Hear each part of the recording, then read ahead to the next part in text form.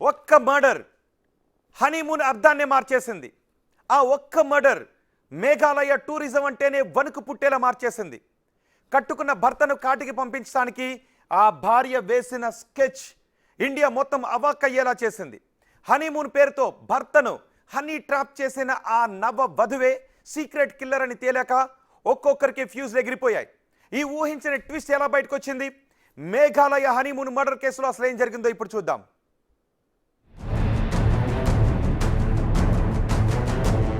మేఘాలయలో జరిగిన honeymoon murder case దేశవ్యాప్తంగా సంచలనం సృష్టించింది.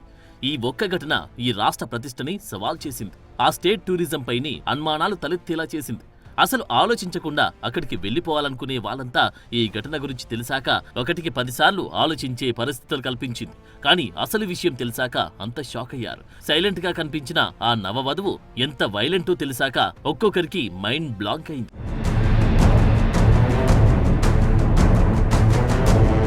మధ్యప్రదేశ్లోని ఇండోర్కి చెందిన రాజా రఘువంశీ సోనంకు మే 11న వివాహం జరిగింది. వాళ్ళిద్దరూ మే 20న హనీమూన్ కోసం మేఘాలయలోని షిల్లాంగ్ వెళ్లారు. ఈ కొత్త జంట మే 22న ఓ బైక్ ని అద్దెకు తీసుకుని మౌలాకియాత్ అనే గ్రామానికి చేరుకున్నట్లు దర్యాప్తులో తేలింది. ఆ రోజు రాత్రి ఓ హోమ్ స్టేలో గడిపారు. మే 23న హోమ్ స్టే నుంచి చెక్అవుట్ చేసిన తర్వాత ఉదయం బయటకు వెళ్లేటప్పుడు కనిపించారు.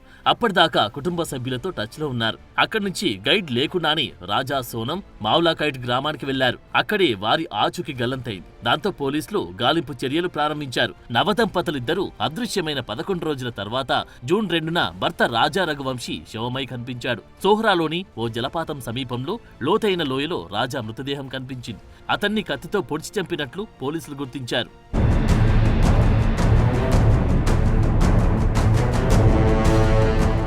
నవదంపతులు రాజా రఘువంశీ సోనం మిస్సింగ్ కేసు మేఘాలయ పోలీసులకు సవాల్గా మారింది. హనీమూన్ కోసం వచ్చిన జంట ఉన్నట్టుండి కనిపించకుండా పోవడం సంచలనంగా మారింది. ఈ కేసు ఆ రాష్ట్ర పర్యాటక రంగంపై అనేక ప్రశ్నలు లేవనెత్తింది. టూరిస్టులకు ఆ స్టేట్ సేఫ్ కాదని ప్రచారం జరిగింది.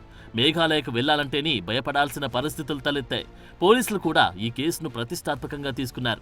ఎక్కడెక్కడో వెతికారు. ఎన్నో సీసీ కెమెరాల ఫుటేజ్లను పరిశీలించారు. వారి సెల్ ఫోన్ టవర్ల లొకేషన్లు గుర్తించేందుకు ఎన్నో తిప్పలు పడ్డారు. 11 రోజుల పాటు అక్కడి పోలీసులకు కంటి మీద కునుకు లేకుండా పోయింది. నవవధువు సోనంని ఎవరేం చేశారు, ఎక్కడికి తీసుకెళ్లారు, ఆమెని ఏం చేశారో అనే భయం అందరిలోనూ తలెత్తింది. సోనం కుటుంబ సభ్యులతో పాటు ప్రతి ఒక్కరూ ఆ కొత్త పెళ్లి కూతురుకు ఏమైందోనని ఆందోళనకు గురయ్యారు. కానీ అనూహ్యంగా ఆమె భర్త రాజా మృతదేహం దొరకడంతో ఈ కేసు ఊహించని మలుపు తిరిగింది. ఈ హనీమూన్ మర్డర్ కేసులో మరో భయంకరమైన ట్విస్ట్ బయటకొచ్చింది. రాజా రఘువంశీ భార్య సోనమే తన భర్తను చంపిందని పోలీసులు తేల్చారు. సోనం తన భర్తను చంపేందుకు సుపారీ ఇచ్చి కిరాయి హంతకులను నియమించిందని దర్యాప్తులో తేలింది.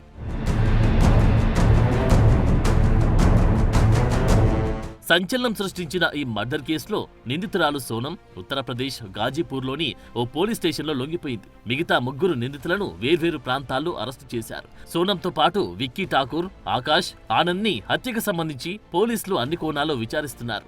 రఘువంశీని చంపేందుకు అతని భార్య సోనం తమకు సుపారీ ఇచ్చినట్లు నిందితులు విచారణలో తెలిపారు. ఇన్వెస్టిగేషన్లో రాజ్ కుష్వాహా పేరు బయటకొచ్చింది. సోనంకు రాజ్ కుష్వాహాతో సంబంధముందని, అతని రఘువంశీ హత్యకు కుట్ర పన్నాడని ప్రచారం జరుగుతోంది. ప్రాథమిక దర్యాప్తులో సోనంకు వివాహేతర సంబంధముందని, అందుకోసమే ఆమె ప్లాన్ చేసి తన భర్తను చంపించిందని పోలీసులు చెబుతున్నారు. ఈ హనీమూన్ ట్రిప్ మొత్తం రాజా రఘువంశీని చంపేందుకే ప్లాన్ చేశారని పోలీసులు అనుమానిస్తున్నారు. ఈ కేసులో మరింత లోతైన దర్యాప్తు జరుగుతోంది.